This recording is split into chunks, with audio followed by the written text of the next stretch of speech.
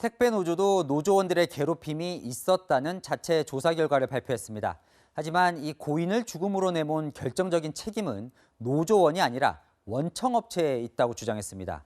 유족은 고인의 마지막 목소리마저 부정한다며 반발했습니다. 김은지 기자입니다. 택배 대리점 소장 이모 씨가 숨진 지 사흘 만에 자체 조사 보고서를 공개한 민노총 택배노조. 이 씨가 유서에서 언급한 괴롭힘이 있었다고 인정했습니다. 조합원들이 SNS 단체 대화방에서 이 씨에게 모멸감을 주고 비아냥과 조롱하는 글을 올린 걸 확인했다는 겁니다. 해당 조합원을 징계하겠다면서도 법을 어기지는 않았다고 주장했습니다.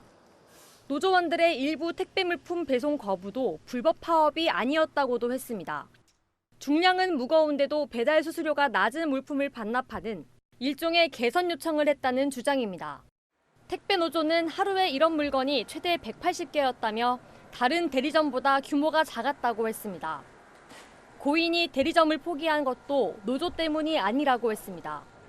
집을 팔아야 할 만큼 경제 상황이 어려웠던 이 씨에게 대리점 포기를 유도한 건 CJ 대한통운이라며 이 씨를 죽음에 이르게 한 결정적 원인 제공자라고 주장했습니다.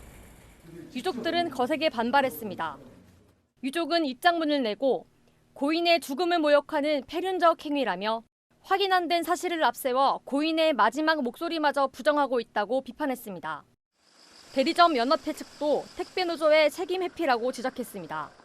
장매도 절차도 마무리하지 않는 시점에 금전적인 문제를 꺼내고 또 하나 책임 회피를 하기 위해서 원청을 끌어들이고 CJ 대한통운 측은 고인의 명복을 빌고 유가족 슬픔을 달래드릴 상황이라며 대리점 포기 압력 여부 등에 대해 구체적 답변을 하지 않았습니다.